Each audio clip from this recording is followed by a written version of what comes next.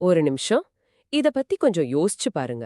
உங்கள வாழ்க்கையில எந்த ஒரு நெருப்பு இவ்வளவு தூரம் முன்னேற்றி பெரிய வெற்றிகள அடைய வச்சதோ, அதே நெருப்பு தான் ராத்திரியில உங்களோட நிம்மதியையும் சுட்டெரிச்சிட்டு இருக்கா? ஆமா, இது நம்மள பல பேருக்கு நடக்கிற ஒரு சாதாரண போராட்டம் தான். ஒரு பக்கம் எந்த சவாலையும் உடைக்கிற ஒரு இரும்பு மாதிரியான ரொம்ப உறுதியான மைண்ட் செட் வேணும்னு நினைக்கிறோம். கரெக்ட். ஆனா இன்னொரு பக்கம் எத பத்தியும் கவலைப்படாத ஒரு ஆழமான மன அமைதி வேணும்னு தோணும். இது ரெண்டும் ஒண்ணுக்கொண்ணு ஆப்போசிட் ஆச்சே. ஏதோ ஒன்ன தேர்ந்தெடுத்து தான் ஆகணும்னு நம்ம நினைச்சிட்டு இருக்கோம். எக்ஸாக்ட்லி. ஒண்ணு நாம ரொம்ப இரக்கமே இல்லாத வெற்றியாளரா இருக்கணும், இல்லனா எல்லாத்தையும் விட்டுட்டு ஒரு துறவியா இருக்கணும்னு தப்பா புரிஞ்சுக்கிறோம். ஆனா அந்த பிம்பத்தை உடைச்சு இந்த ரெண்டையும் ஒரே நேரத்துல எப்படி சாத்தியமாக்குறது அப்படிங்கிறது தான் இந்த டீப் டைவ்ல நம்ம தேட போறோம். இன்னைக்கு நம்ம கிட்ட ரொம்ப சுவாரஸ்யமான சோர்சஸ் இருக்கு. ஆமா, உளவியலாளர் கெரோல் டுவக் எழுதின மைண்ட் செட் புத்தகம், அப்துல் கலாமோட வெற்றி விதிகள், அப்புறம் மன அமைதியை தேடி போன கார்த்திக் அப்படிங்கிற ஒரு இளைஞனோட ஜென் கதைன்னு நிறைய விஷயங்கள் அலச போறோம். சரி, இந்த பெரிய தத்துவங்களுக்குள்ள போறதுக்கு முன்னாடி கொஞ்சம் பேசிக்ஸ்ல இருந்து ஆரம்பிப்போம். நம்ம மைண்ட ஒரு சூப்பர் கம்ப்யூட்டர் சாஃப்ட்வேர்னு வச்சுக்கிட்டா, அது ஓடுற ஹார்ட்வேர் சரியா இருக்கணும் இல்லையா?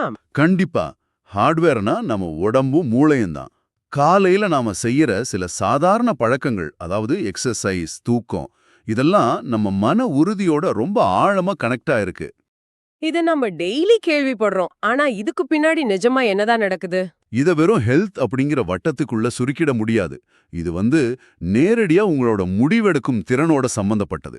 இப்ப தினமும் 30 நிமிஷம் எக்ஸசைஸ் பண்ணும்போது மூளையில எண்டோஃபின் சுரக்குதுன்னு நமக்கு தெரியும். ஆமா. அது ஒரு ஃபீல் குட் ஹார்மோன் தானே?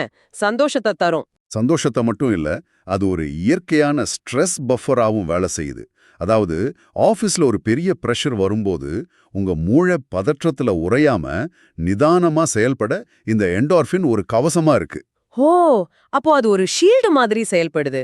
தூக்கமும் இதே மாதிரி தானே? ஆமா, 8 மணி நேரம் தூக்கம் ரொம்ப முக்கியம். ஏன்னா நீங்க தூங்கும்போது மூளை சும்மா இருக்காது. கிளிம்பாட்டிக் சிஸ்டம் அப்படிங்கிற ஒரு ப்ராசஸ் மூலியமா நாள் முழுக்க மூளையில சேர்ந்த நச்சுக்களை அது சுத்தம் பண்ணுது.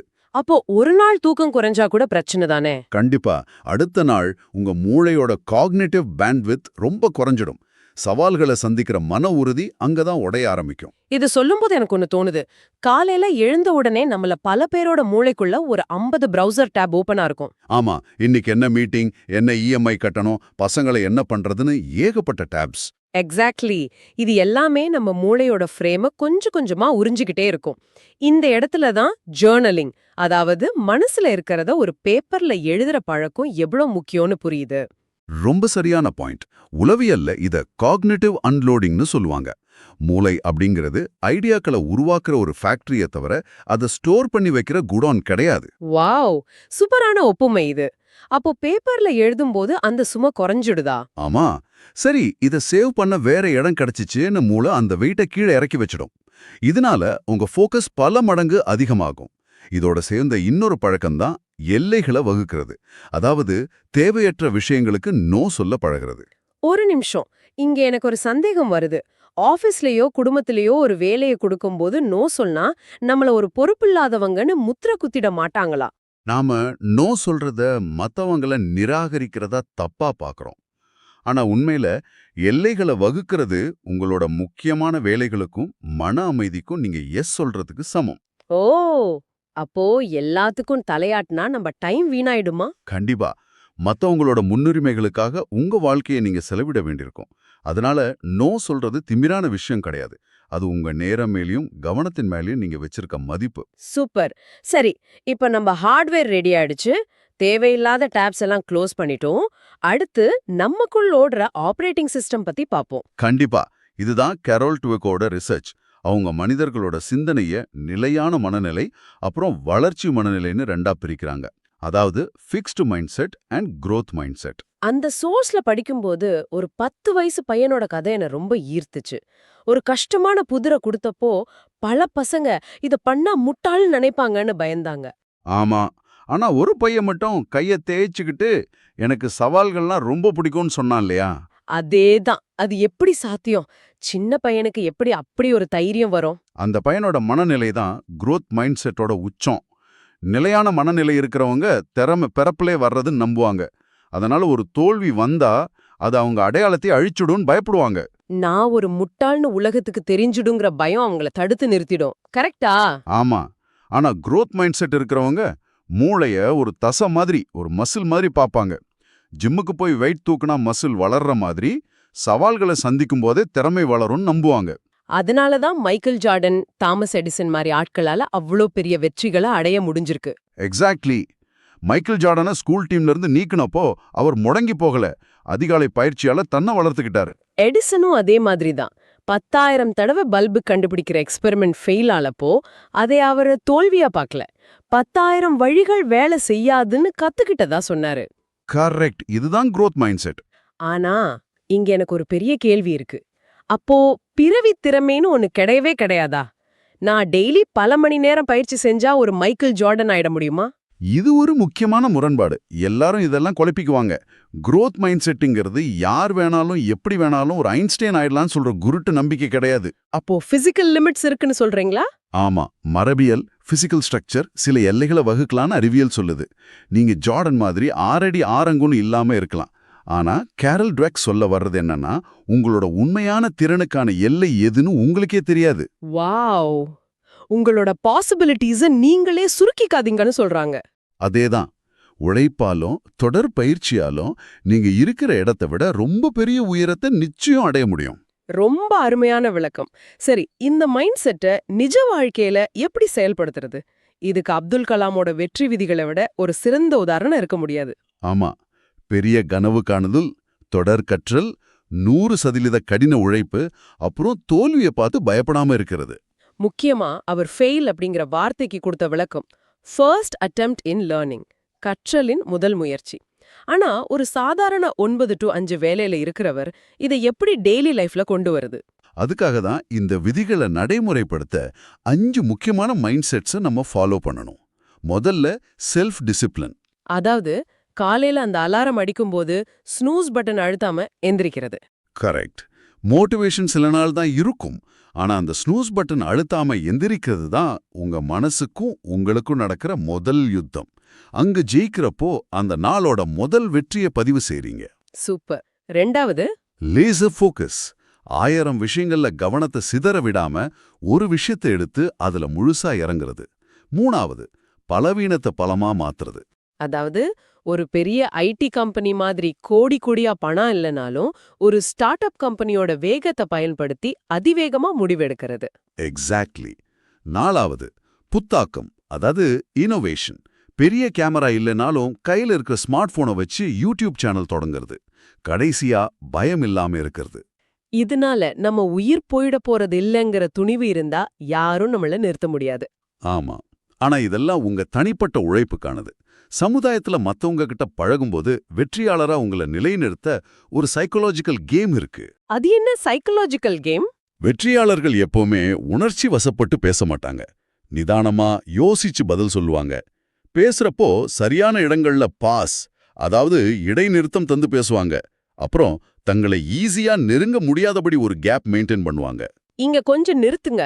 இப்படி வேணும்னே ஒரு பாஸ் விடுறது, நான் ரொம்ப பிஸின்னு ஒரு கேப் மெயின்டைன் பண்றதெல்லாம் பார்க்க ரொம்ப திமிர் பிடித்தவர் மாதிரி காட்டாதா? இயல்பா இருக்கிறது தானே சரி. வெளிப்பார்வைக்கு அப்படி தோணலாம். ஆனா இது திமிர் கிடையாது. இது இன்டென்ஷனாலிட்டி, அதாவது திட்டமிட்ட நிதானம், உணர்ச்சி கட்டுப்பாடு. அப்படின்னா ஒரு சாதாரண மனிதன் உணர்ச்சிகளோட பிடியில சிக்கி உடனே ரியாக்ட் பண்ணுவான். யாராவது உங்களை கோவப்படுத்தினா நீங்க கோவப்பட்டா உங்க எமோஷன்ஸை அவங்க கண்ட்ரோல் பண்றாங்கன்னு அர்த்தம். ஓ, அப்போ அந்த பாஸ் அப்படிங்கிறது நம்ம கோபத்தை குறைச்சு தெளிவா ரெஸ்பாண்ட் பண்றதுக்கான டைம். அதேதான். அதே போல அந்த கேப் அப்படிங்கிறது மத்தவங்கள அவமதிக்கிறதுக்கு இல்ல, உங்க நேரம் மற்றும் சக்தியோட மதிப்பை பாதுகாக்கிறதுக்கு. இது ஒரு சைக்கலாஜிக்கல் கவசம். சூப்பரா சொன்னீங்க.